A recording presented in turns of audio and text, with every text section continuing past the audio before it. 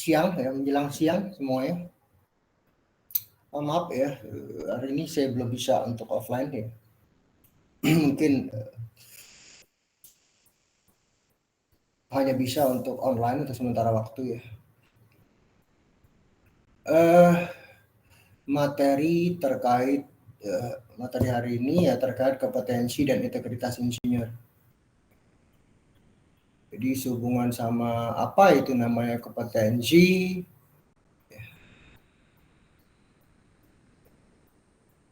dan apa itu yang namanya insinyur itu seperti apa sih? Mungkin kalian pahami bahwa dulu sebelum ya, masih tahun 2000-an, sebelum tahun 2000-an, ya, itu gelar tuh masih insinyur. Ya. Kemudian baru berlaku setelah tahun 2000 tuh, sarjana teknik. Ya. Sebenarnya ada dua wilayah di situ ya. Ada dua wilayah. Ya. Antara IPS dan IPA. Kalau dokter, ya, seperti saya sebutkan sebelumnya, dia ada seperti praktik kerja dulu ya. Selama 1 tahun atau 2 tahun, koas, baru bisa ada izin praktik ya. Begitupun insinyur.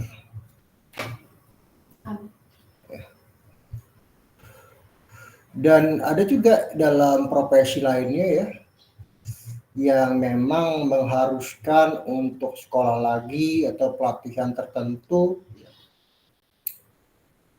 Di hukum juga ada seperti itu ya.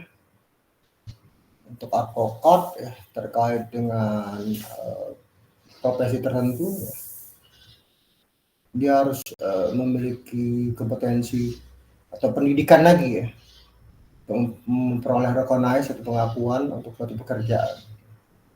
Nah, kompetensi itu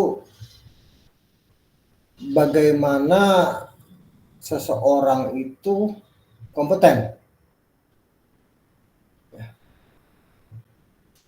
Jadi kemampuan yang dimiliki seseorang yang menjadikannya sebagai alat daya saing. Kompetensi juga dapat diartikan sebuah kekuasaan, kewenangan untuk menentukan atau memutuskan suatu hal sesuai dengan wawasan pengetahuan, keterampilan, dan keahliannya. Seberapa besar kewenangan itu tergantung dari seberapa besar pengakuan publik terhadap orang tersebut.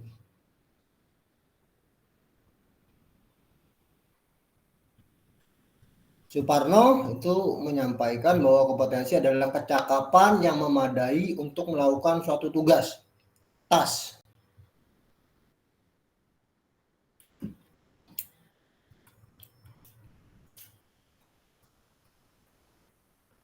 Sementara menurut Lloyd dan kawan-kawan ya, itu kompetensi sebagai sebuah karakteristik manusia yang berhubungan dengan efektivitas performa yang dapat dilihat dari gaya bertindak, berperilaku, berpikir.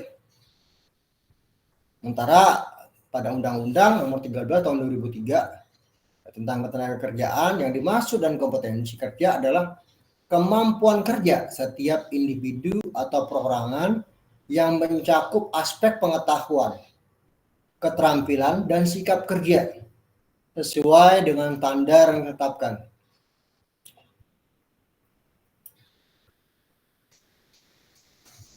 Jadi kalau misalnya kuliah itu kalian mendapatkan pengetahuan, juga ada unsur keterampilan di situ, keahlian di situ. Tetapi kembali lagi, dunia kerja itu membutuhkan orang ya tidak hanya memiliki pengetahuan, tetapi mampu, kompeten ketika diberikan suatu pekerjaan atau tanggung jawab.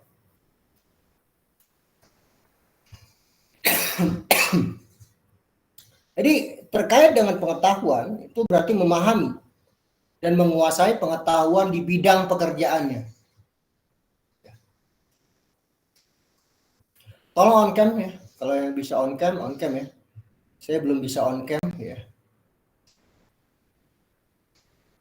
Karena mungkin nanti nggak kelihatan semua nih. Saya masih di opname ya. Jadi tidak enak kalau menampilkan on cam. Baru aja masuk tadi malam. Jadi silakan on cam, bagian bisa on cam ya. Terkait pengetahuan itu berarti memahami dan menguasai pengetahuan di bidangnya. Seberapa tahu kalian? Jadi ketika kalian menjadi sarjana, ketika kalian akan wawancara, kalian akan ditanyakan beberapa pengetahuan basic selain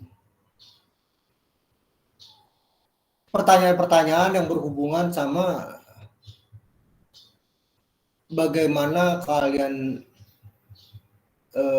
memahami perusahaan tersebut, dan juga ada pertanyaan psikososial ya, sehubungan sama apakah kalian itu mampu untuk bekerja ya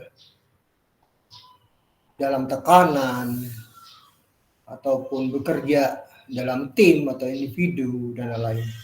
Nah, pengetahuan dasar itu sangat penting dalam suatu pekerjaan. Mengenali suatu profesi itu sangat penting. Makanya sejak awal saya selalu bertanya, apa target profesimu? Apa cita-citamu? Jenis pekerjaan apa yang akan menjadi target kamu selepas selesai S1?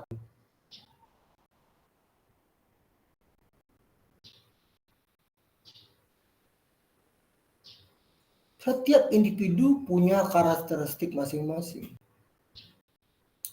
Dan di balik suatu cita-cita atau keinginan seseorang itu setidaknya ya, tidak semua ya, tidaknya ada yang menjadi contoh atau figur contoh.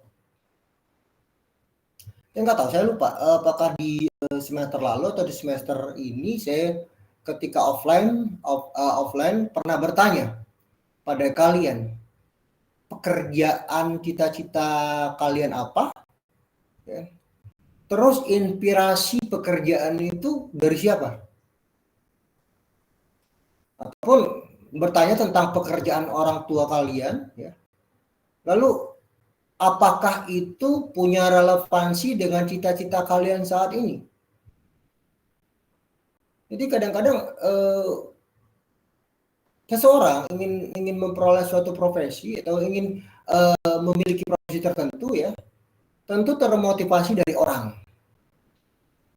terdekat, lalu lingkungannya. Ada dari kalian memang perumahan atau perumahannya dekat sama pabrik, jadi termotivasi, wah ini rumahku dekat dengan pabrik, aku ambil sarjana teknik industri dan harapan bisa kerja dekat rumah. Tetapi dalam pabrik atau perusahaan itu di bagian apa? Ya, waktu mungkin dulu kalian survei kan, wah punya kenalan di beberapa perusahaan yang dekat rumah ya, jenis-jenis pekerjaan tertentu, lalu kalian termotivasi dengan suatu pekerjaan, suatu jenis profesi. Di situ kalian belajar ya dengan orang, di kampus kalian juga belajar, tapi lebih banyak belajarnya pada literatur, buku, selain dosen ya. Aku sering bilang ketika mahasiswa itu belajar di kampus, kebanyakan 60%, 70% materinya adalah buku atau literatur. Sisanya baru dosen. Dan posisi dosen itu menjelaskan atau menguraikan kembali, membahas kembali apa yang ada di buku. Dengan sesekali terkait dengan case study. Nah, terkait dengan case study hubungan sama pengetahuan, ya. Ada pengalaman-pengalaman orang terhadap case-case tertentu pada suatu pekerjaan, ya. Dan itu setidaknya akan melekat ya dalam pikiran kalian atau dalam pengetahuan kalian ya, ketika nanti suatu saat kalian memiliki profesi yang sama dengan orang tersebut atau bahkan menghadapi kondisi yang sama, kalian tahu apa yang harus dilakukan. Nah, ini pengetahuan ini setiap orang akan bertambah pengetahuannya dari proses belajar. Entah itu belajar pada konteks suatu lembaga institusi pendidikan atau belajar secara otodidak.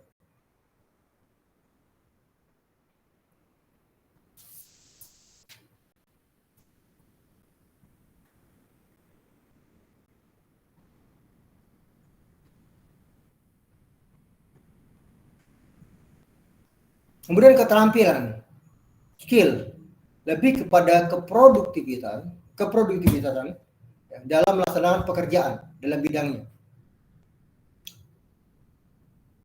Pertama kali saya menjadi di ITERA itu ketemu administrasi yang waduh, buat berkas satu-satu.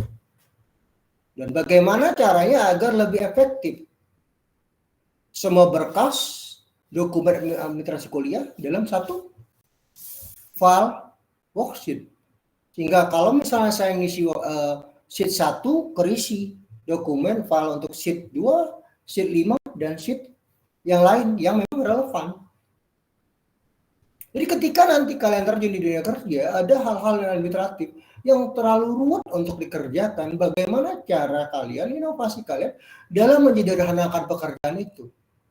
Jadi jangan melihat pekerjaan itu di awal, tapi bagaimana cara kalian membangun strategi, terampil, membuat pekerjaan yang segitu numpuk bisa lebih efisien waktu, lebih efektif.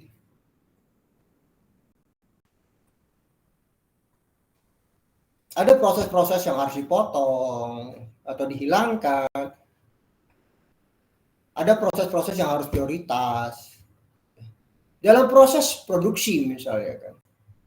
Tentu ada manajemen waktu, manajemen kegiatan. Mana proses atau tahapan yang kira-kira memboroskan waktu, memboroskan biaya yang tidak perlu. Bagaimana penerapan lean manufacturing itu diterapkan dengan maksimal tanpa mengurangi kualitas dari output. Jadi kadang-kadang kita ingin buat ramping suatu proses produksi, tapi outputnya nggak baik atau nggak bagus atau banyak defect. Baik, lean manufacturing itu baik ya, selama output tetap terjaga, kualitas produk luaran tetap baik.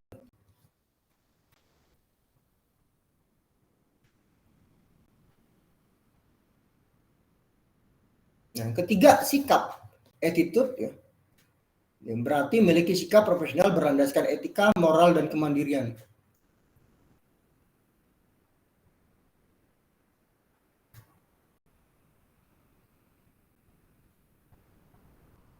Saya dulu kuliah sambil kerja. Tapi memang pekerjaannya tidak mengharuskan saya dari pagi atau sampai sore.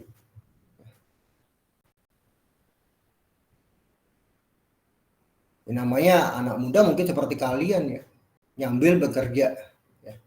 Kalau kuliah ada beberapa mahasiswa yang kerja di kafe atau di tempat-tempat. Dan dari sini kadang-kadang kita belajar bagaimana menjaga attitude kita di lingkungan kerja. Jangan mentang-mentang kita adalah seorang mahasiswa, kerja di kafe, lalu yang lain-lainnya tamatan SMA kita kecilkan.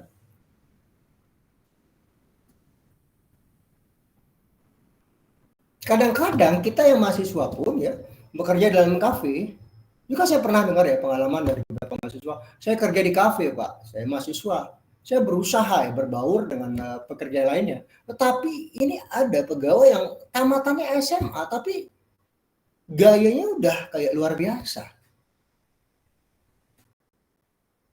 apa yang harus dilakukan ya tetap berbaur, tetap memperlakukan mereka ya sama seperti kita. Dan begitu juga ketika kalian nanti kerja di dunia kerja, entah itu ada D3, D4, tetap bersikap profesional ya, berlandaskan dengan etika, moral, dan kemandirian.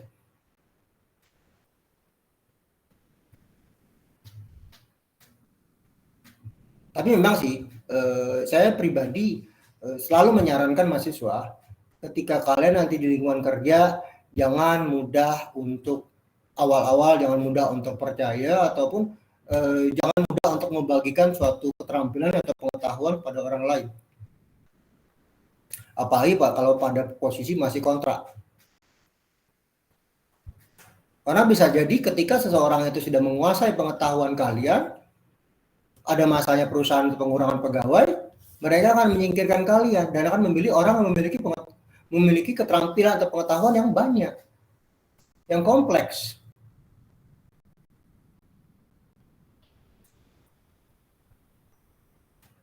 Sebenarnya ketika kalian di lingkungan kerja baru atau jadi newbie di lingkungan pekerjaan baru, profesi baru, berusaha untuk mempelajari beragam hal.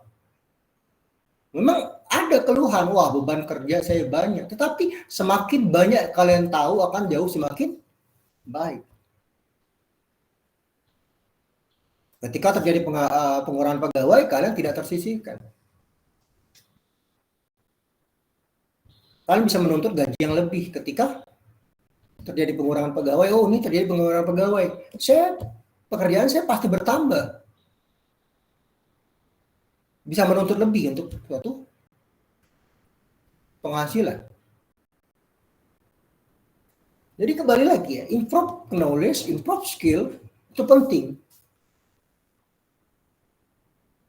Selain dukungan dari sikap attitude kerja bijak.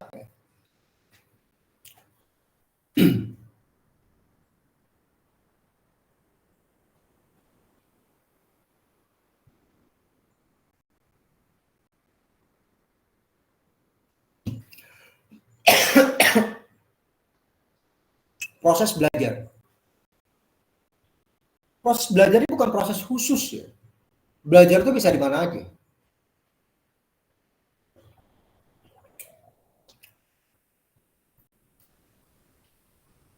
Kalau cara orang ekstrovert, dia kan datangin seminar-seminar, berkumpul sama orang-orang yang paham di bidang yang minat dia, yang bertanya dengan banyak orang.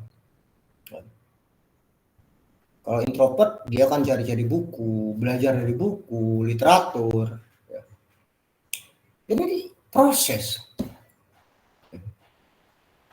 Ada yang mahasiswa belajar dari buku, ketika di KP atau KKN itu belajar dari banyak orang. Kenapa KKN belajar sama orang? Karena kadang-kadang kita nggak tahu ya, realistisnya ya. Kita mahasiswa kadang-kadang ada pekerjaan-pekerjaan yang di tingkat desa pun kita nggak paham, nggak bisa ngerjainnya.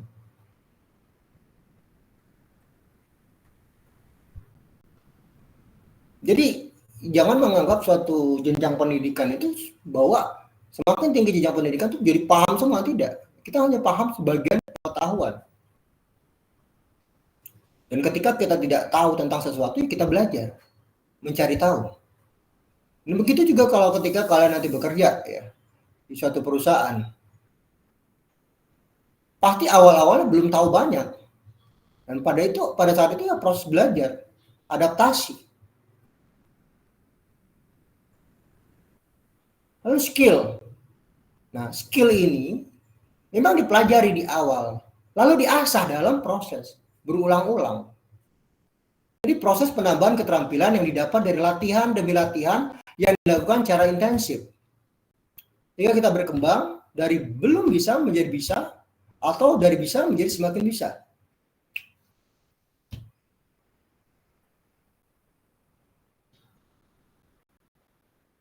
Saya dulu kuliah ya announcer radio.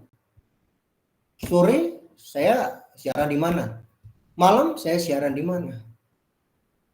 Besok kuliah. Berusaha memanage waktu. Awal-awal saya nggak paham gimana itu siaran. Diajak orang, belajar. Bagaimana komunikasi. public speaking. Dan di situ pengalaman itu yang saya pakai, diasah dalam proses. Semakin biasa, bagaimana menguraikan apa yang namanya narasi dalam oral, attitude dalam menyampaikan sesuatu. Attitude, proses pembentukan sikap dan perilaku secara lebih permanen yang dihasilkan dari pembiasaan dan pembangunan kesadaran akan pentingnya sesuatu yang sedang dipelajari. Sehingga kita berkembang dari belum mau menjadi mau dan dari mau menjadi semakin mau.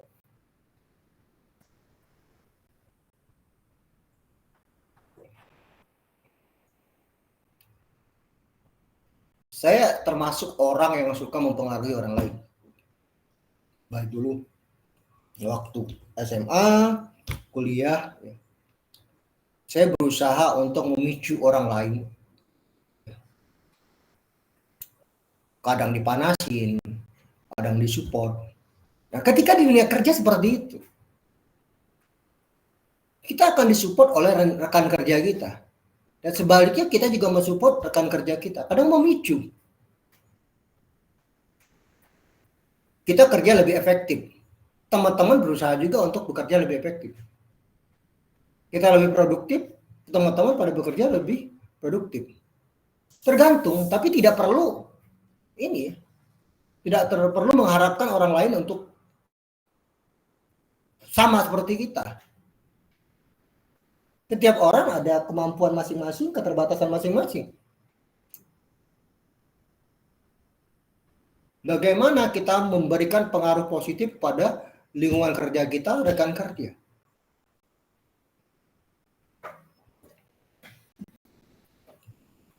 Dan memberikan contoh.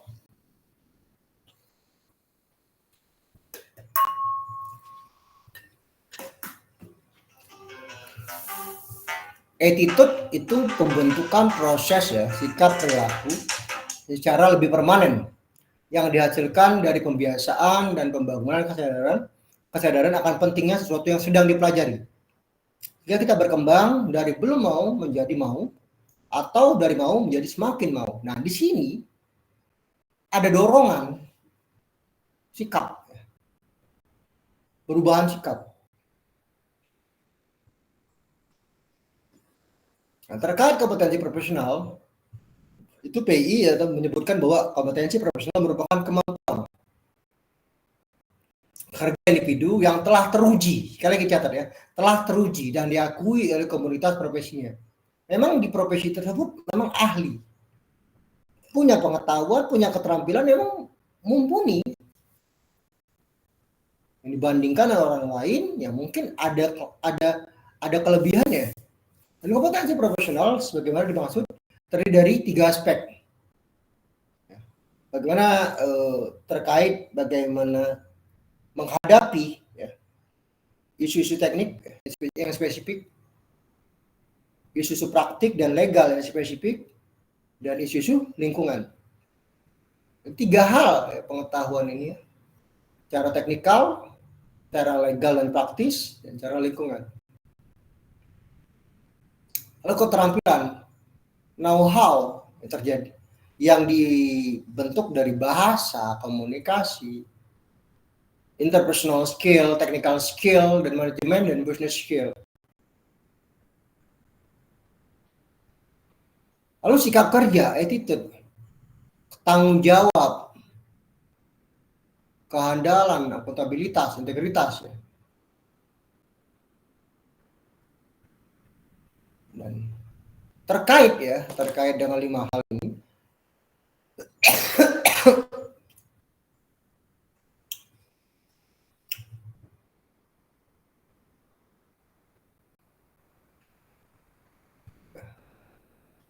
terkait dengan 3 hal ini ada beberapa kategori kompetensi.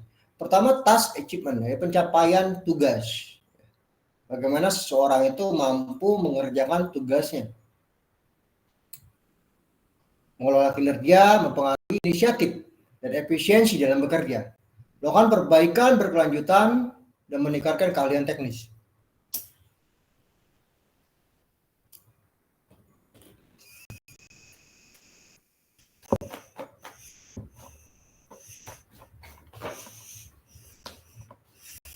Lalu hubungan, kategori kompetensi yang berhubungan dan komunikasi, memiliki hubungan kerja yang baik dengan orang lain yang ditunjukkan oleh kerjasama, orientasi pada pelayanan, kepedulian antar pribadi, penyelesaian konflik, perhatian pada komunikasi, sensitivitas lintas budaya. Kemudian personal attribute. Personal attribute itu terkait dengan kategori kompetensi intrinsik individu dan menghubungkannya bagaimana orang berpikir, merasa, belajar, dan berkembang yang ditunjukkan oleh integritas dan kejujuran. Pengembangan diri, ketegasan, kualitas keputusan, manajemen stres, berpikir realistis dan berpikir konseptual.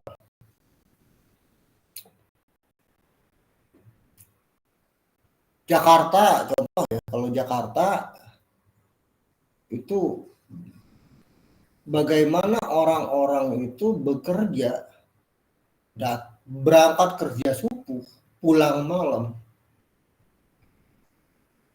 Kalau orang tersebut tidak menikmati pekerjaan, udah resign pasti.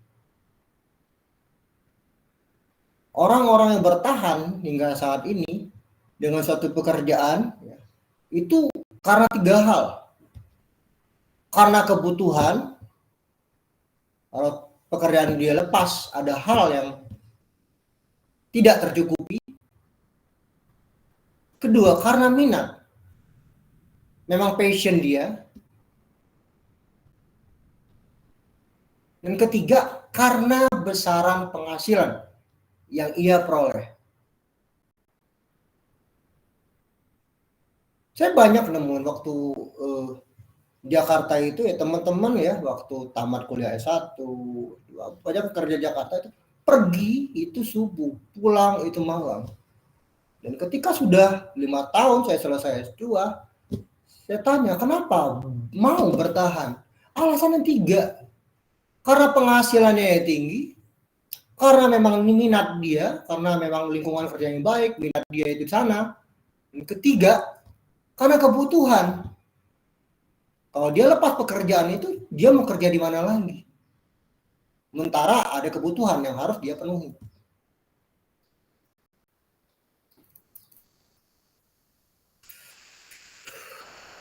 Dan karena tuntutan 3 hal inilah yang mendorong yang namanya personal attribute.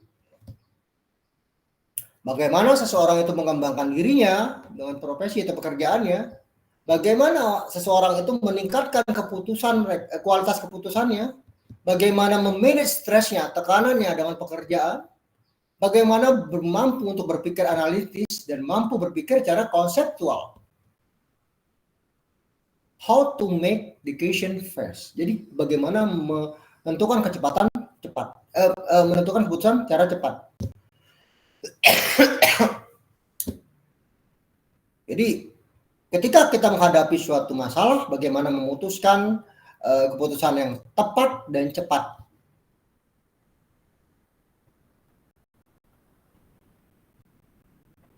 Bagaimana juga menjaga kejujuran, integritas.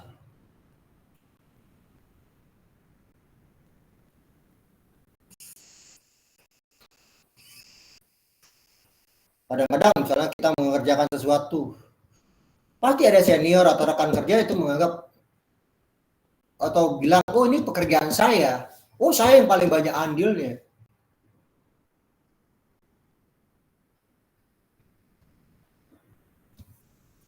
Kadang-kadang kita harus mensiasati bagaimana hal itu tidak terjadi.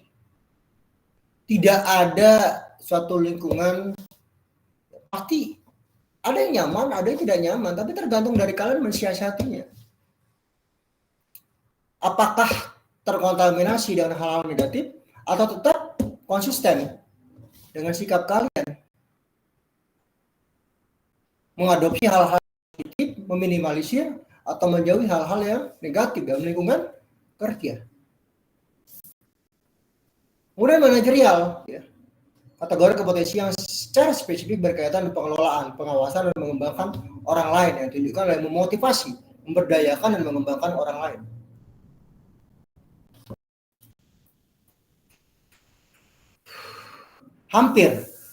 Hampir di semua pekerjaan yang pernah saya ikuti, tempat kerja manapun, Pasti ada orang yang memotivasi, pasti ada orang yang memberdayakan, pasti ada orang yang mengembangkan. Jadi manajerialnya terkait sama leadership. Bagaimana atasan itu memotivasi bawahan, bagaimana bersama rekan kerja saling memotivasi, saling mendorong. Ada juga yang memberdayakan. Ada memberdayakan dalam sisi positif, ada memberdayakan cara dalam posisi negatif. Ini karena senioritas, ada senior kalian ini kerja ini, tugas ini. Itu memberdayakan. Ya, silakan. Fahrul Afandi, silakan. Ya. Kalau ada senioritas yang memberdayakan seperti itu, Pak, itu sikap kita terhadap mereka itu seperti apa, Pak? Apakah emang harus dijalanin aja? Apakah menolak dengan ini, Pak, kalau mereka memberdayakan, Pak? Terima kasih, Pak. Ini kalau pengalaman pribadi saya, ketika seseorang itu diberikan tugas atasan atau seseorang itu punya pekerjaan, tiba-tiba dia memberdayakan kita untuk pekerjaan tersebut, saya sekantor hangat tuh saya kasih tahu, pekerjaan ini saya yang buat. Si ini nyuruh saya. Jadi jangan sampai dia mengakui bahwa pekerjaan itu adalah pekerjaan dia. Tapi cara saya halus kadang-kadang. Pak, itu. Ini nyuruh saya ngerjain pekerjaan ini. Dan pekerjaan ini sudah saya selesaikan, Pak. Atau saya cerita sama teman saya. Senior ini ngasih pekerjaan ini. Ya saya kerjakan, ini buktinya. Jadi saya duluin. Sebelum dia mengakui pekerjaan itu adalah pekerjaan dia. Yang kita kerjakan. Kalau dia tidak mau dengan diperlakukan seperti itu, ya silakan kerjakan sendiri. Seperti itu kadang-kadang.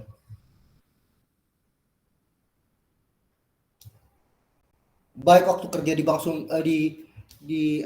Bank Sumsel maupun di Bank Perkreditan Rakyat Sumatera Selatan, satunya bank konvensional, satu bank perkreditan, saya jelas kayak gitu. Ketika saya menyusun rencana kelayakan untuk buka cabang BPR Sumsel di Lahat, ya kan? Ada staf ahli dari direktur. Ini mencoba memberdayakan saya. Saya kasih tahu, ya ibaratnya nggak perlu ini aja. Dijelaskan bahwa ini pekerjaan ini ditugaskan. Saya tanya, seolah-olah saya ini orang bodoh gitu ya, bertanya pada direktur gitu. Mohon maaf Pak, ini studi kelayakan ini ditugaskan sama siapa ya Pak ya? Oh, ditugaskan sama ini. Ini si ini nyuruh saya ngerjainnya. Saya bisa saja Pak ngerjainnya, ya kan? Oh begitu ya. Coba kamu kerjakan. Saya kerjakan. Jadi ketika dia presentasi menyebutkan bahwa itu pekerjaan dia, ya jelas direktur tidak percaya. Karena sejak awal dari nol banget, saya sudah jelaskan bahwa pekerjaan itu saya handle. Jadi dengan senyum-senyum aja saya serahkan pekerjaan itu kepada asisten direktur. Toh ketika dia presentasi juga direktur tahu siapa yang ngerjakannya. Tapi dari nol ya. Jangan ketika sudah selesai baru kita akui itu pekerjaan kita. Dari nol benar. Ketika dia mulai memberikan suatu pekerjaan itu atau memberdayakan kita, dari nol kita udah up. Dia pasti kesel, jelas kesel. Kalau begitu ya silahkan kerjakan sendiri. Jadi kemudian pekerjaan berikutnya dia tidak akan pernah menyuruh kita lagi. Bahaya orang ini mulutnya. Kalau disuruh dia pasti up.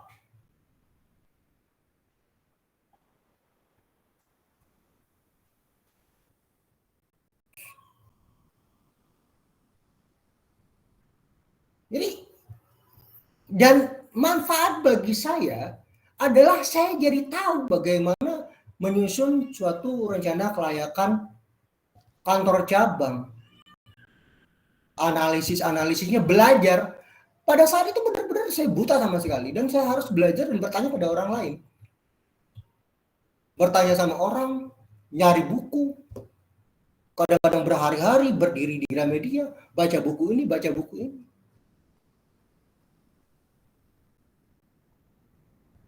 Jadi kadang-kadang ketika kalian di suatu saat di lingkungan kerja, dapat suatu pekerjaan, jangan teriak dulu, saya nggak bisa. Ini kesempatan saya untuk belajar sesuatu yang saya nggak bisa. Itu, nanggepinnya seperti itu. Bukan menanggapi, oh ini saya nggak bisa, hindari. Bukan seperti itu, tetapi, oh saya nggak tahu hal ini. Ini berarti tantangan saya untuk belajar hal baru. Tapi ketika nanti kita sudah selesai mengerjakan, ada kesalahan, up. Mohon maaf, sebenarnya saya nggak paham pekerjaan ini. Dan saya belajar, jadi wajar kalau saya salah.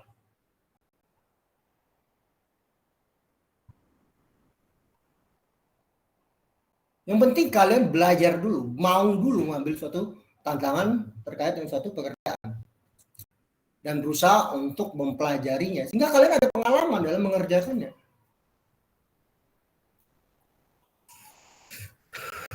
Contoh Bu Elvi. Bu Elvi punya pengalaman ketika penyusunan terkait dengan prodi ya, TI. Ketika di UPN Veteran, ya sekarang di UPN Veteran, dia menurut adik tingkat saya dulu, Yulizar, ya, yang di UPN Veteran, Bu Elvi ngurus bagaimana buat prodi supply chain, prodi terkait dengan rantai pasok, prodi atau apa, jurusan atau kurang paham saya. Tetapi dia yang handle pekerjaan itu karena ada pengalaman di situ.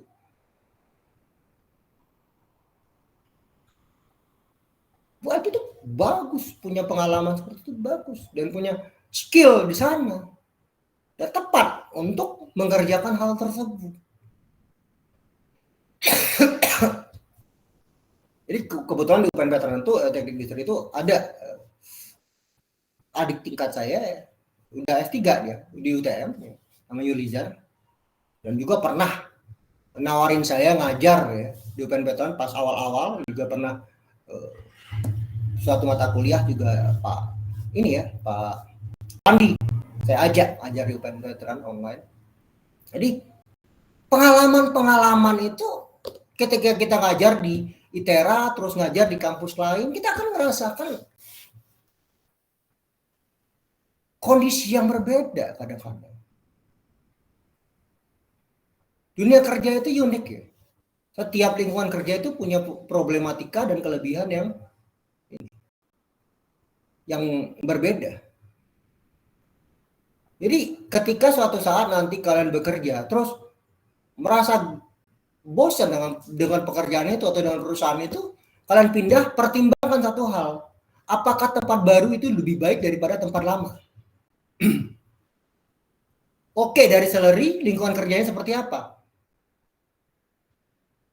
Semakin tinggi suatu salary di dalam satu perusahaan, tingkat persaingannya, tingkat sikut-sikutannya lebih besar.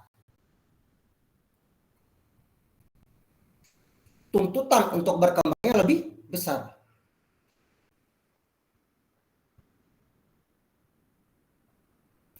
Contoh misalnya di Mayora ada beberapa alumni TI misalnya kayak Yudit itu di Mayora, ada yang alumni dari Elektro, Sandi juga di Mayora. Mereka ditempatkan di tempat yang berbeda dan diasah dalam tim kerja yang berbeda.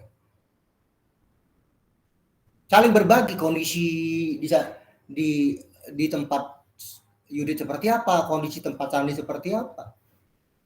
Saya cuma bilang cuma satu hal, jaga alma mater. Kalian dari munculnya atau tamatnya dari ITERA, bagaimana caranya kompak-kompak dunia kerja. Jadi memang seperti itu, dunia kerja itu setiap unit kerja atau setiap pekerjaan itu punya tuntutan yang berbeda. Dan kembali lagi, knowledge, skill, sama attitude itu sangat penting.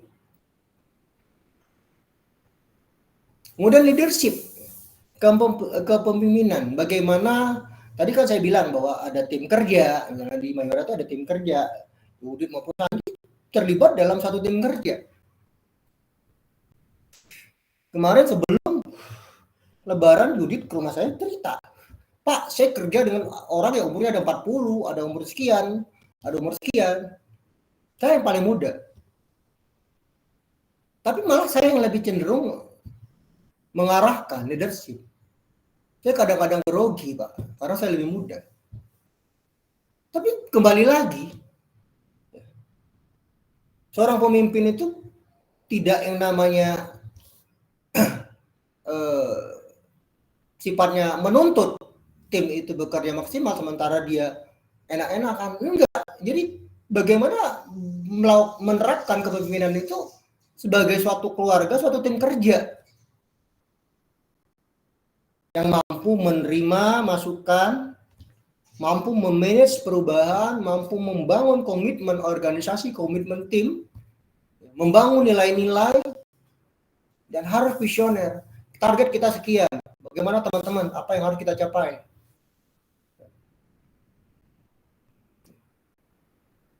Misalnya dalam terkait di prodi misalnya,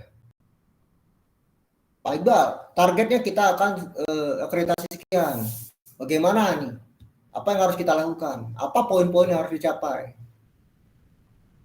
Mampu mendorong, memotivasi, memanage perubahan. Apa yang harus kita ubah? Strategi apa yang harus dibangun? Komitmen seperti apa dari masing-masing untuk mendorong tercapainya target tersebut.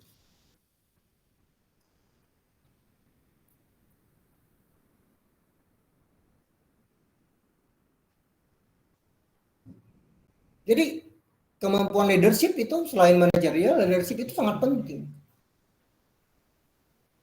Ada salah satu ini ya, salah satu ini pengalaman orang pernah cerita bahwa sebenarnya jabatan itu tidak terlalu penting, tapi bagaimana kita itu mampu menerapkan kemampuan memanage orang, leadership itu tanpa perlu ada jabatan, mendorong lingkungan kita untuk mencapai visi perusahaan, berpikir strategis, mengelola perubahan-perubahan sehingga suatu lingkungan perusahaan itu jauh lebih baik. Tidak perlu suatu jabatan, harus tidak perlu kita harus jadi pemimpin. Dari situ bangunnya.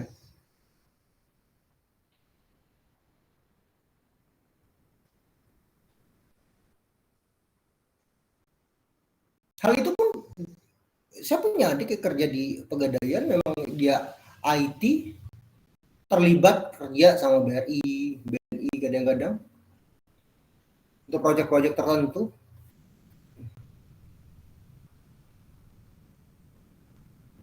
Bagaimana menerapkan ketika kita ada tim kerja, ketemu orang-orang baru, tetapi orang itu nyaman. Menempatkan orang-orang di pekerjaannya tepat. Begadang sama-sama ya tahu kalau misalnya begadang lembur, ya pasti ada konsumsi. Bagaimana buat suatu lingkungan lembur itu jadi nyaman. Ngobrol. Dalam konteks sambil bekerja itu ada kenyamanan, jadi nggak terlalu serius, tetapi memang fokus bagaimana pekerjaan itu selesai. Leadership itu unik ya, mengontrol orang itu unik. Nah kadang-kadang ini terkait dengan permasalahan kompetensi profesi, itu Indonesia ya ada 3 hal yang kemudian menyebabkan rendahnya sumber daya manusia. Ya, ini jangan dibaca yang konstruksi, tapi pada konteks ya, konteks sumber daya manusia. Ya. Itu hampir semua profesi engineer itu tidak terpenuhinya kualifikasi dasar pendidikan formal, dan tidak terpenuhi klasifikasi dan kualifikasi kompetensi yang sesuai di lapangan pekerjaan industri. Jadi begini, dalam suatu proyek, manage suatu proyek, ya,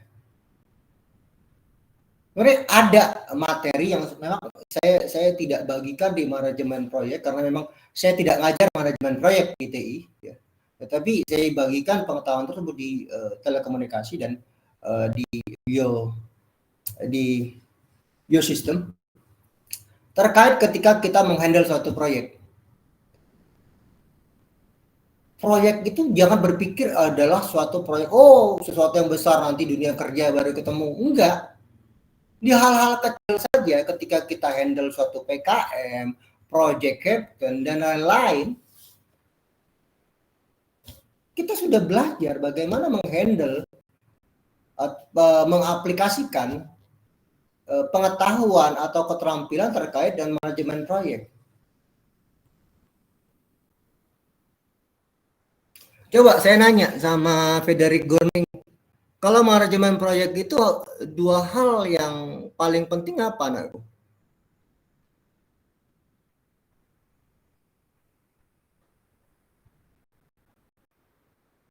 Aku pengen lihat kemampuan.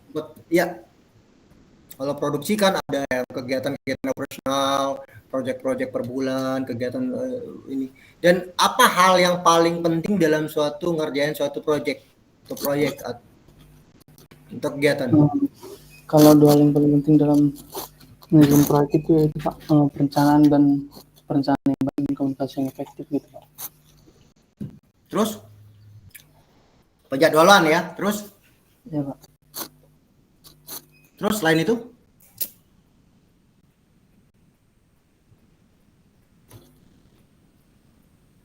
Selain penjadwalan?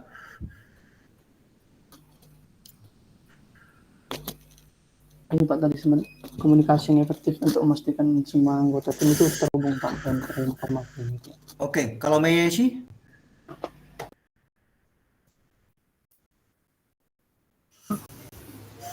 Izin masuk Pak. Kalau menurut saya itu dalam manajemen proyek itu yang pertama itu ada perencanaan yang baik, kemudian disusun dengan komunikasi yang efektif, kemudian membuat manajemen risiko, melakukan pengendalian dan pemantauan, manajemen sumber daya dan kepemimpinan dan tim yang solid. Mungkin itu aja Pak. Oke. Dua hal yang paling jadi nyawanya manajemen proyek. Baik di skala mikro maupun skala makro. Skala makro apa aja? Silakan Anggi, Esther Anggi. Pengawasan menurut saya Pak. Silakan. Menurut saya pengawasan Pak. Pengawasan. Iya Pak. Kalau Andrian?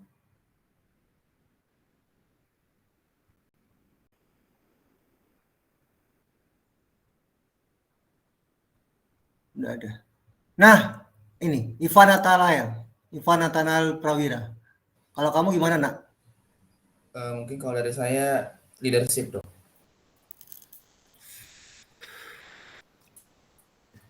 Kalian pasti ketika kalian ikut hibah PKM, MP2,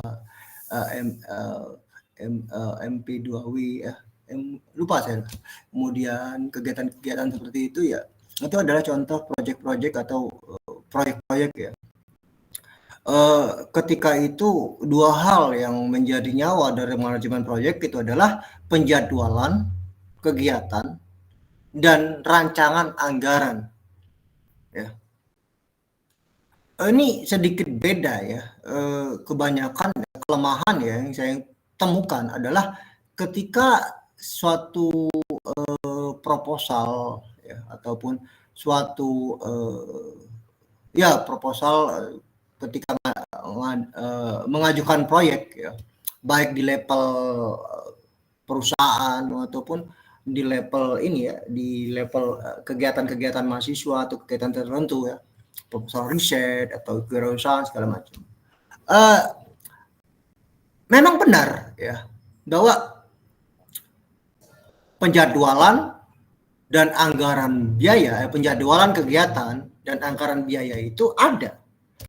Namun hal yang tidak ada adalah ketika orang tersebut atau tim tersebut tidak mampu mengcombine penjadwalan dan anggaran biaya. Nah, ini pengetahuan terkait dengan profesi ketika kalian menjadi seorang engineer yang kira-kira ditugaskan untuk suatu pekerjaan. Ya. Saya yakin, ya, karena yang saya temukan hampir sama. Kebanyakan orang-orang akan membuat record satu tabel tentang kegiatannya. Kegiatan ini jadwalnya bulan ini, minggu ini, kegiatan kedua bulan ini, kegiatan 3 bulan ini. Begitupun juga ketika anggaran biaya, pengeluaran barang habis pakai, materialnya, biaya mesin, biaya terkait dengan bahan bakar dan lain-lain, atau perawatan dan lain-lain, terpisah, tetapi tidak ada yang menguraikan atau mengcombine kedua-duanya. Ada yang bisa menjelaskan dengan saya apa itu maksud mengcombine antara terkait dengan penjadwalan sama biaya? Ada yang bisa menjelaskan? Saya coba kemampuan kalian. Bagaimana caranya Rahmawati mengcombine antara penjadwalan dan biaya?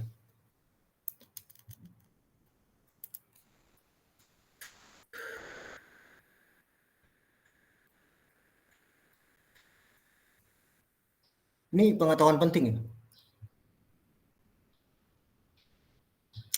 Rahmawati, silakan. Mengcombine antara penjadwalan dan anggaran biaya.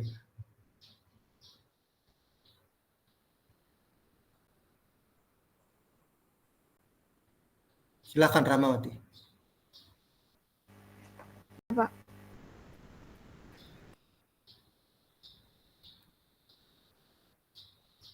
Saya ingin melihat kompetensi terkait dengan ini berhubungan sama pekerjaan ya, insinyur yang notabene akan mengerjakan satu proyek-proyek tertentu ya.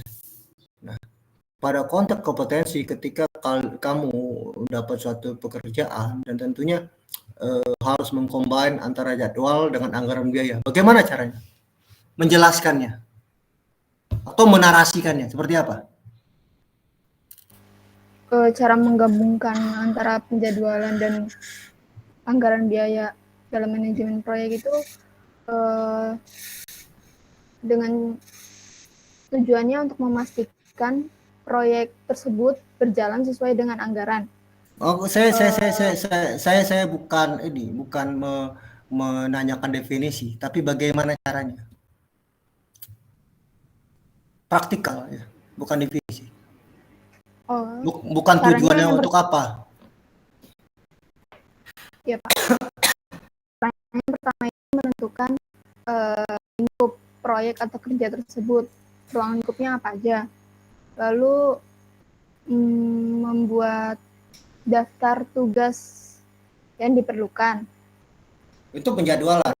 Mengcombine antara penjadwalan kegiatan sama biaya, anggaran biaya. Lalu memperkirakan durasi setiap tugas, memperkirakan biaya setiap tugas, dan membuat anggaran proyek, Pak. Nah, tadi terkait dengan biaya setiap tugas. Itu seperti apa caranya?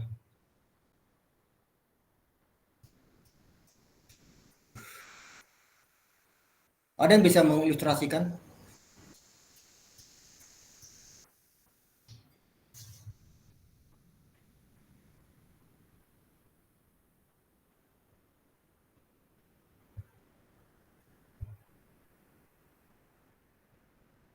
Bisa?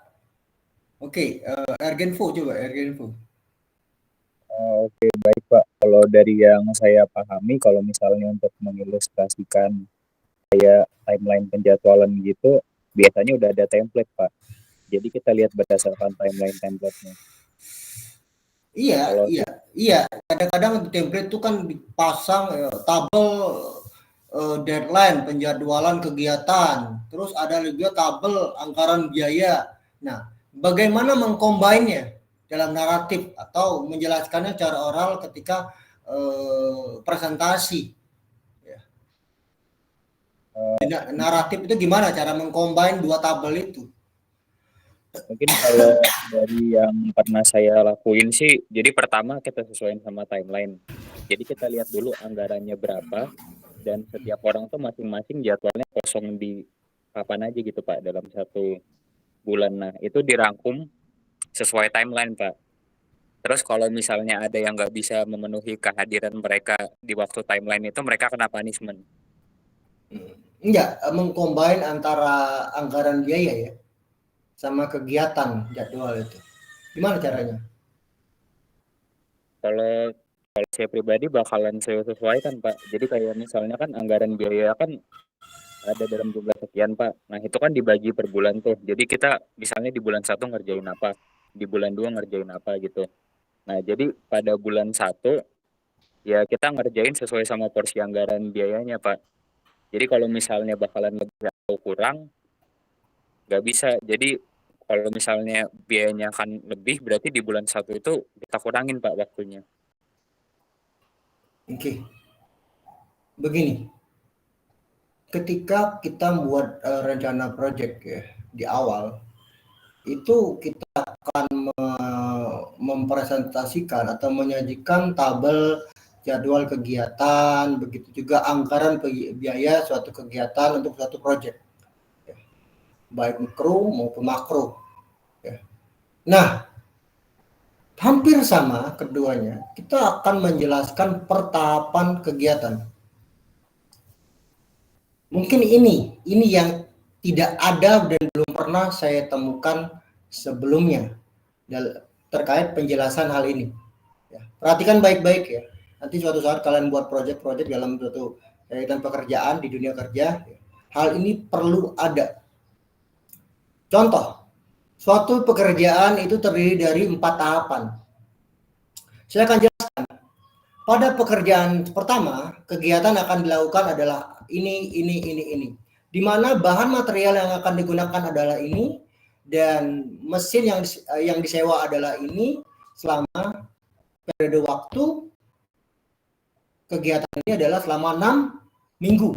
Di mana kos untuk material ini, kos untuk sewa mesin ini, kos untuk overhead seperti ini.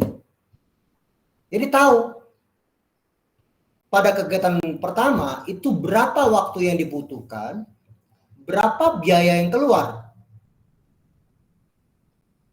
Kemudian pada tahapan kedua, kegiatan yang akan dilakukan adalah seperti ini, di mana bahan baku atau sumber daya yang akan digunakan adalah ini. Kos yang akan keluar adalah sebesar ini untuk kebutuhan bahan baku, sumber daya, dan lain-lain. Dan pekerjaan ini diselesaikan dalam waktu 1 minggu. Kemudian tahapan ketiga. Tahapan ketiga yang akan dikerjakan adalah ini. Misalnya, kalian jelasin tahapan ketiga apa yang mau dikerjakan. Di mana yang keluar adalah bahan habis pakai ini, dan ini. Lalu sekalian menyewa alat ini. Kos yang keluar adalah sekian, dan kegiatan ini akan dilaksanakan dalam waktu 5 hari. Lalu pada tahapan terakhir adalah ini. Sumber daya yang akan dikonsumsi atau digunakan adalah ini. Biayanya adalah sekian yang akan dikeluarkan pada tahapan ini, dan waktu pengerjaan adalah sekian hari. Hal itu cara naratif, cara tekstual dalam proposal itu disampaikan bagaimana kita mengcombine antara dua tabel, antara tabel kegiatan yang mungkin hanya bulan-bulan, jadi nggak kelihatan berapa hari dikerjakan, nggak terlihat di situ, dan terkait dengan anggaran biaya. Jadi anggaran biaya nggak tahu material ini kapan digunakan, pada tahapan apa, kegiatan perjalanan kapan, kegiatan penggunaan sewa alat ini kapan, pada tahapan apa, nggak tahu. Orang cuma taunya tabel pengeluaran seperti ini, tahu jadwal kegiatan seperti ini. Tetapi cara rinci setiap tahapan apa yang dikerjakan, berikut dengan waktunya, berikut dengan material yang digunakan seperti digunakan berikut biayanya tidak ada. Ini yang hilang, kebanyakan tidak terjadi pada suatu proposal proyek, baik skala mikro maupun skala makro.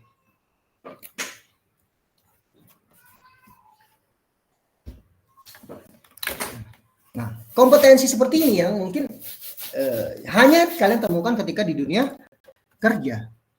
Mungkin cara material di kelas nggak akan ketemu. Memanage ya antara kegiatan yang dilakukan dengan biaya yang dikeluarkan. Jadi inilah yang disebut tidak terpenuhi kualifikasi dasar.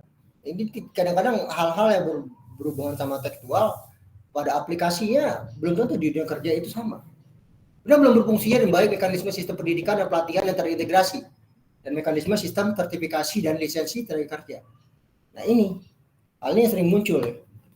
Bagaimana lulusan itu bukan hanya ijazah saja, bukan hanya sertifikasi saja, tapi ketika di praktik mereka mampu menghandle maraknya praktik komersialisasi dan konflik kepentingan dalam proses sertifikasi.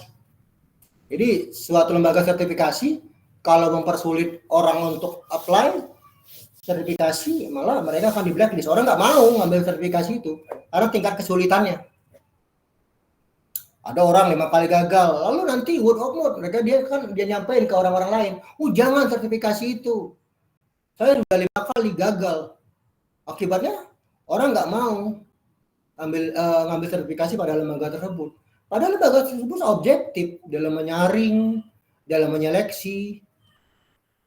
Hingga hal ini kemudian membuat lembaga-lembaga sertifikasi menjadi takut. Akhirnya orang pertama gagal, keduanya dilulusin atau ketiganya dilulusin. Jadi tidak benar-benar lulus sebenarnya karena takut nanti di blacklist. Jadi orang nggak mau ngambil sertifikasi lembaga tersebut. Kadang-kadang hal ini terjadi ya.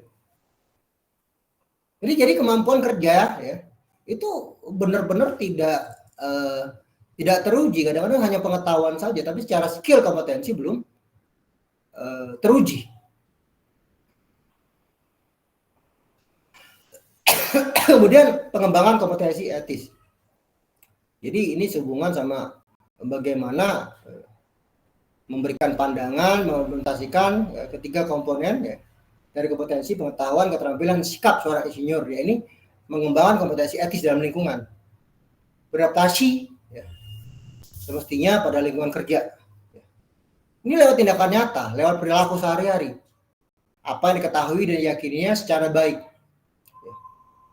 Pada konteksnya ada yang aspek kognitif, afektif, dan konatif ya, dalam suatu keutuhan pribadi yang berkarakter kuat ya, atau berintegritas tinggi. Jadi konteks ini konsisten ya dalam melakukan suatu pekerjaan. Mental ini yang kadang-kadang ini.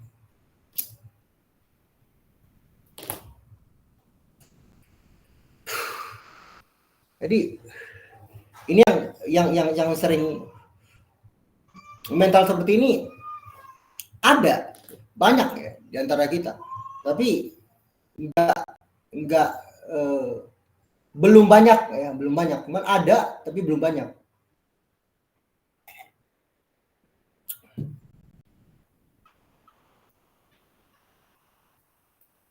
Biasanya orang yang bermental seperti ini biasanya orang-orang yang benar-benar punya obsesi. Saya merasakan itu banyak ya orang-orang yang tahan.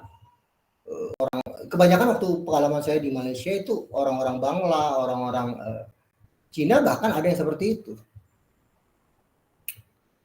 Ketika mereka bekerja di tempat orang lain ya, mereka berusaha sangat-sangat irit.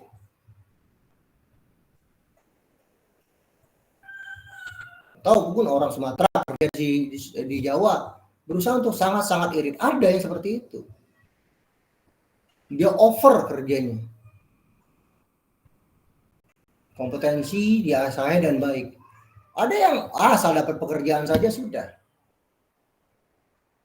Dan ujung-ujungnya ya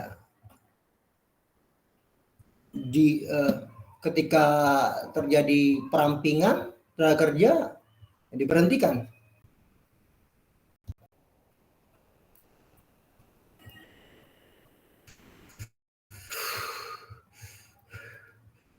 Jadi dunia kerja itu diibaratkan persaingan ya. Dan bagaimana kita itu benar-benar totali sama perusahaan. Jadi kalau tidak mau jadi pekerja ya lebih baik jadi mandiri. Tuntutannya itu ada di situ. Orang akan melihat etis kita ya dalam berkompetensi.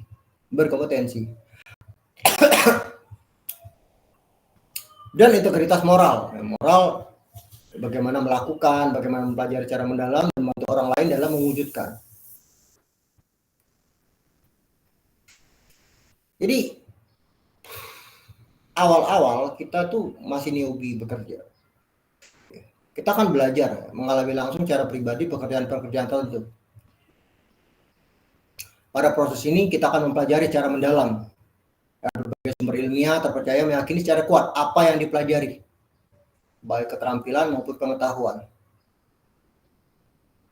Lalu dari sini perlahan ya, seiring waktu kita membantu orang lain untuk mewujudkan, kita terbukti mampu membangun orang lain seperti apa yang disampaikan. Berbagi pengetahuan, berbagi keterampilan, berbagi pengalaman, memudahkan orang untuk mempelajari sesuatu. Ini integritas moral. Bagaimana membangun integritas moral dalam dunia kerja ini jadi hal yang unik ya.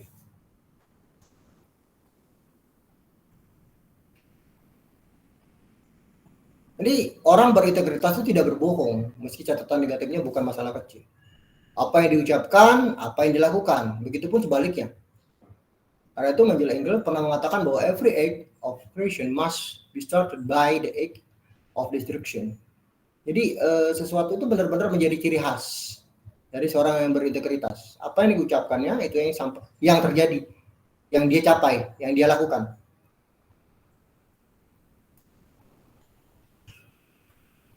Jadi artinya integritas moral tidak merupakan suatu keutamaan baru, tapi memperkuat keutamaan yang lain. Jadi bukan dalam konteks integritas yang lebih ini ya, keterbaruan dari integritas moral tidak menyediakan prinsip moral baru, tetapi memperkuat konsekuensi prinsip moral-moral yang tidak ada.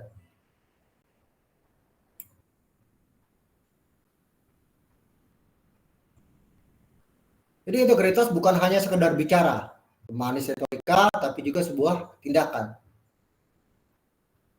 Jadi seringkali saya bicara ya, pada banyak orang, kita tidak perlu bicara apa dulu, kecuali sudah kita lakukan. Jadi kadang-kadang hal ini yang kemudian menjadi hal yang penting bagi kalian di dunia kerja. Saya pribadi pun ketika sudah melakukan sesuatu, sudah berhasil, baru berbagi pencapaian. Jadi sesuatu itu tidak, oh saya pengen ini, tidak. Kalau sudah dilakukan, sudah berhasil, baru menghandle suatu proyek. Oh, saya pernah menghandle proyek ini buktinya. Nah, kadang-kadang bukti itu yang tidak dikesampingkan. Orang bicara saja, tetapi ketika ditanyakan buktinya apa, sertifikatnya apa, legalitasnya seperti apa, orang nggak bisa ini.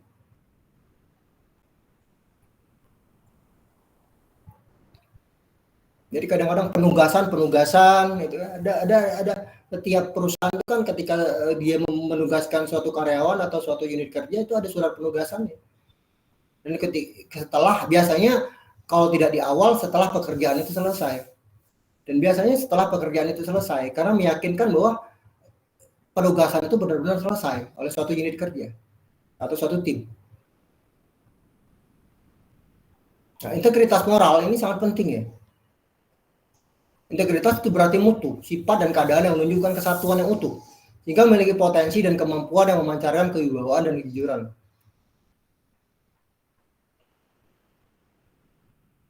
Seseorang yang memiliki integritas pribadi akan tampil penuh percaya diri, ya.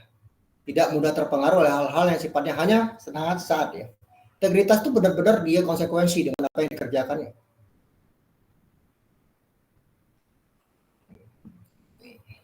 Jadi mungkin kebanyakan ya terkait dengan soal-soal 3 bab terakhir atau 4 bab terakhir, dari mulai kode etik, ya, kepentingan profesional, kompetensi, dan integritas, dan kode etik insinyur, saya akan mencoba mengimplementasikan dalam bentuk soal-soal studi kasus nanti ketika UAS.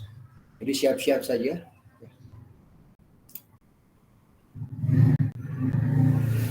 Kejujuran dan integritas ini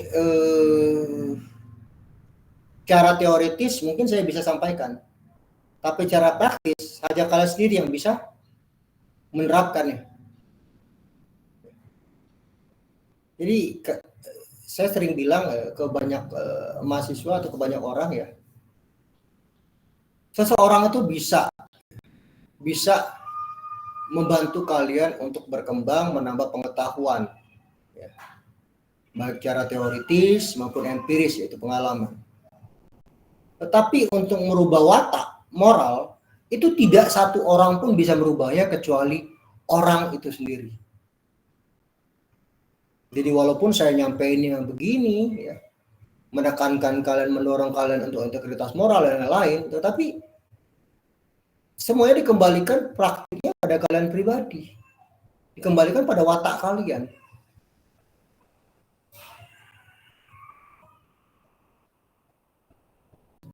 Dan biasanya suatu watak itu tumbuh dari lingkungan. Jadi kadang-kadang bahasa pedas saya ketika seseorang itu tidak jujur ataupun ini, ya, saya bilang bahwa ketika ada orang korupsi misalnya ataupun orang ini melakukan suatu pelanggaran, saya bilang bahwa orangnya tidak bertuhan. Ketika dia sadar dia melakukan suatu kesalahan, harusnya dia sadar bahwa ada Tuhan yang lihat.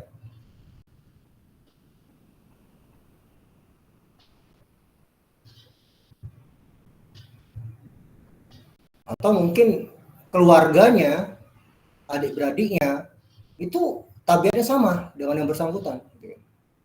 Jadi wajar kalau menciptakan pribadi yang seperti itu. Jadi makanya karena itu ya, kalau ketika kalian di dunia kerja, tunjukkan integritas kalian, kejujuran kalian. Sehingga kalian, ya itu, kalian pikir itu akan menyangkut kalian saja. Tidak, ketika kalian di dunia kerja, terjun di dunia kerja, kalian melanggar integritas moral, itu yang kena bukan kalian sendiri. Keluarga, bisa juga itu adalah alma mater, lingkungan yang terlibat dengan kalian, yang berafiliasi dengan kalian. Jadi bukan hanya kalian saja yang kena.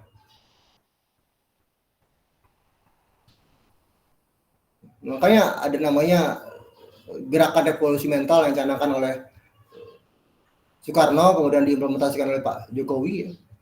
Bagaimana nilai-nilai integritas, jujur, ya, dapat dipercaya, etos kerja, dan kemampuan untuk gotong royong.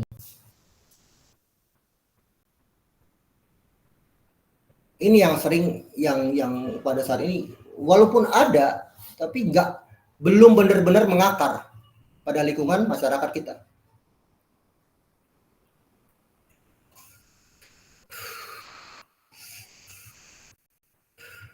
Sikap jujur, contoh, masih banyak korupsi. Itu pun menunjukkan bahwa masih banyak orang yang belum bertuhan.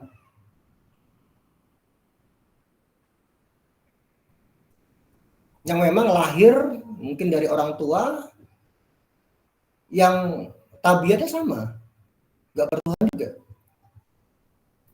Ya image orang kan seperti itu, ketika orang tuh melanggar sesuatu pasti lari kemana-mana.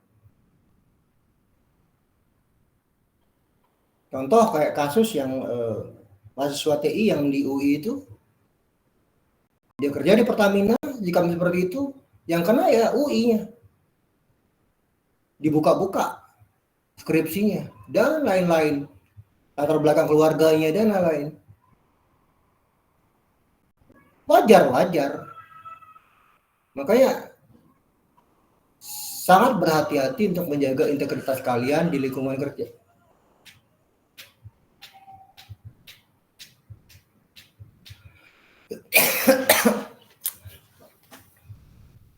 korupsi dan berbagai permasalahannya ini seringkali menjadi momok ya.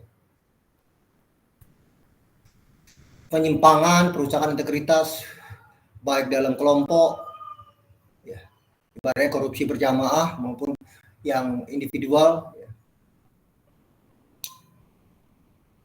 Ini didorong oleh hal-hal yang menggambarkan bahwa masih banyak masih banyak permasalahan karakter moral dalam lingkungan kita. Ini yang harusnya diminimalisir ya. Memang harus diperbaiki dari akar rumput. Oleh karena itu kalian sebagai generasi akar rumput ya, mahasiswa yang akan menuju ke dunia kerja ya, moral, etika, integritas itu memang sangat-sangat penting untuk tanamkan. Sehingga ketika di dunia kerja benar-benar mengimplementasikan dengan baik.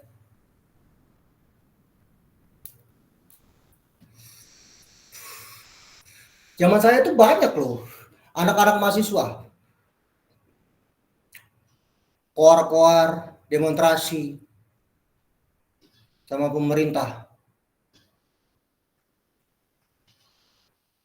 maju demonstrasi tentang ketidakadilan, dengan bahasa-bahasa yang luar biasa, yang menunjukkan bahwa integritasnya sebagai mahasiswa itu luar biasa. Tetapi ketika dia jadi anggota dewan, ketika dia jadi pejabat publik, dia melakukan pelanggaran yang sama atau mempraktekkan hal yang sama. Sehingga baru terbuka bahwa hal itu sudah biasa dalam republik ini.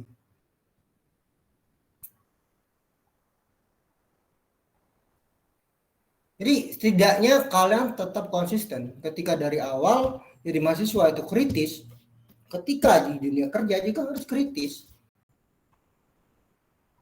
Jangan ibarat itu menelan ludah sendiri. Apa yang kalian sampaikan dahulu ketika jadi mahasiswa, ketika di dunia kerja juga harus sama.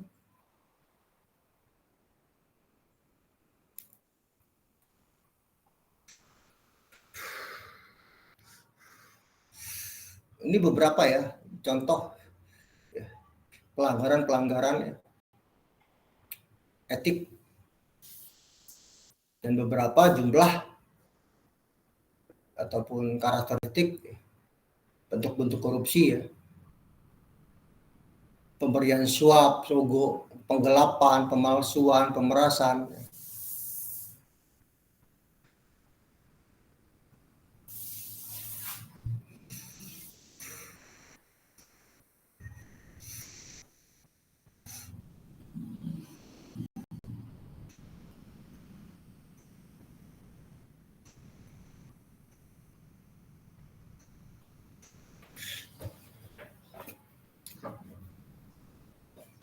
Pemalsuan fraud ini sering banyak terjadi, terutama dalam proposal-proposal yang berhubungan sama kegiatan-kegiatan masyarakat, perusahaan,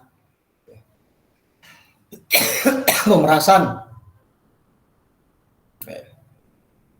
Ini sering terjadi. Diikuti dengan ancaman fisik dan kekerasan. Ada penggelapan, mengambil hak orang lain atau publik, padahal yang bersangkutan untuk mengawasi tanggung jawab penuh terhadap barang tertentu, baik punya perusahaan atau baik punya negara. Ini pemberian suap atau sogok itu dalam bentuk uang, barang, fasilitas, dan janji untuk melakukan atau tidak melakukan sesuatu perbuatan yang akan berakibat membawa untung terhadap diri sendiri atau pihak lain yang berhubungan dengan jabatan yang dipegangnya pada saat itu.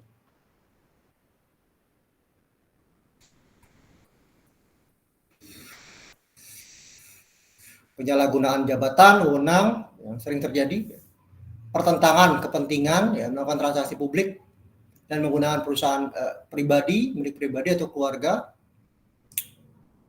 dengan cara mempergunakan kesempatan dan jabatan yang dimilikinya untuk memenangkan kontrak ataupun suatu tawaran, ya,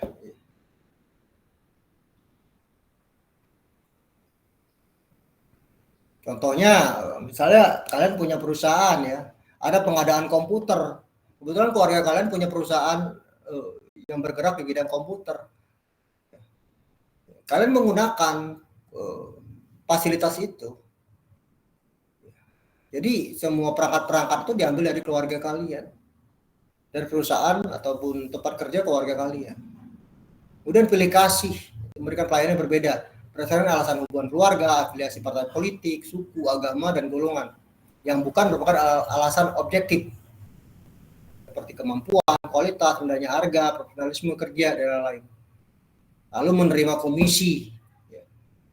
Kadang-kadang pelanggaran ini yang sering terjadi. Menerima feedback, bantuan uang, saham, fasilitas, barang, dan lain-lainnya sebagai syarat untuk memperoleh pekerjaan ataupun hubungan bisnis dengan pihak-pihak terkait. Biasanya kalau kontraktor itu melakukan penyuapan dan lain-lain ya, komisi-komisi ya, ke pihak-pihak yang berwenang. Saya ada 2 keluarga saya memang bekerja di BPK. Jadi sering cerita pengalamannya ketika terlibat dengan pejabat publik atau perusahaan ya, yang berusaha memberikan komisi dan lain-lain. Itu sangat-sangat sering terjadi. Bagaimana menghindarinya, bagaimana mensiasatinya.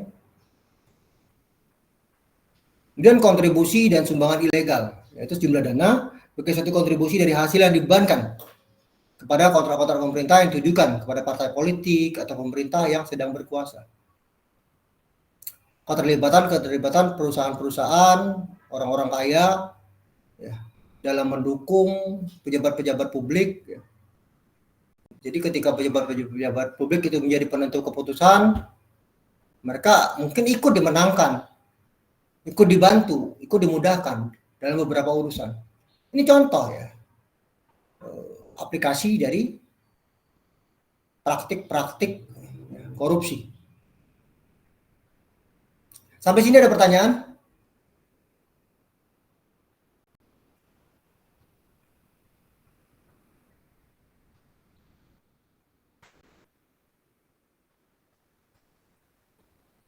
Sampai sini ada pertanyaan?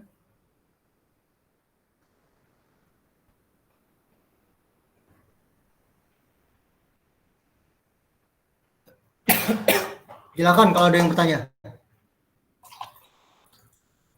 Hari ini nggak ada kuis dulu ya. Nanti sekaligus nanti kuis di pertemuan berikutnya ya. Jadi polanya setelah kuis 1 jangan ditutup dulu, di akhir kuis 1 itu ada link untuk ke kuis 2. Jadi tidak terpisah nanti satu link ya. Jadi setelah selesai satu kuis kalian akan diminta pada ketika submission pemberitahuan bahwa kuis sudah kalian kumpulkan, di situ juga ada link untuk ke kuis 2. Seperti itu nanti. Ya, Ergenpo. Pak, untuk mekanisme pengerjaan kuisnya nanti itu apakah waktunya tetap sama, Pak? Totali itu sama. Jadi tergantung dari jumlah soalnya. Saya benar-benar memperhitungkan waktu pengerjaan dan baik. Dan kadang-kadang saya coba menguji soalnya duluan. Secepat-cepat apa saya ngerjainnya, saya pluskan 5 menit ataupun 10 menit.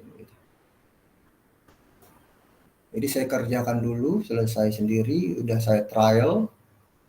Oh, kira-kira dibutuhkan waktu mahasiswa segini. Baik untuk jawab esai, baik itu untuk jawab pilihan ganda, membacanya. Kadang saya ngelibatin istri saya, coba kamu baca, selesaikan soal ini. Berapa lama waktu kamu butuhkan?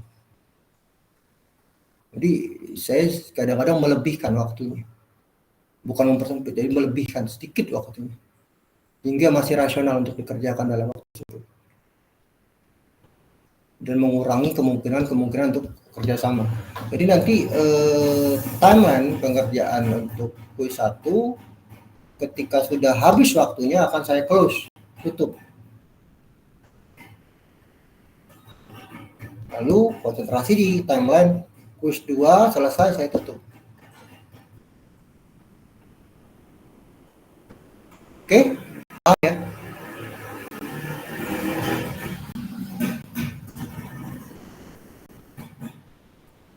Ada pertanyaan lagi?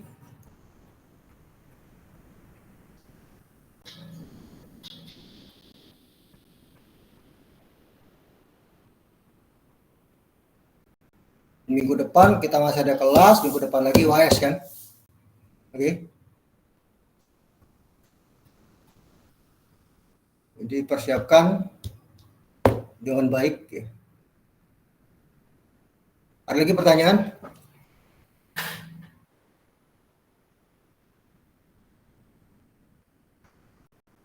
Tidak ada?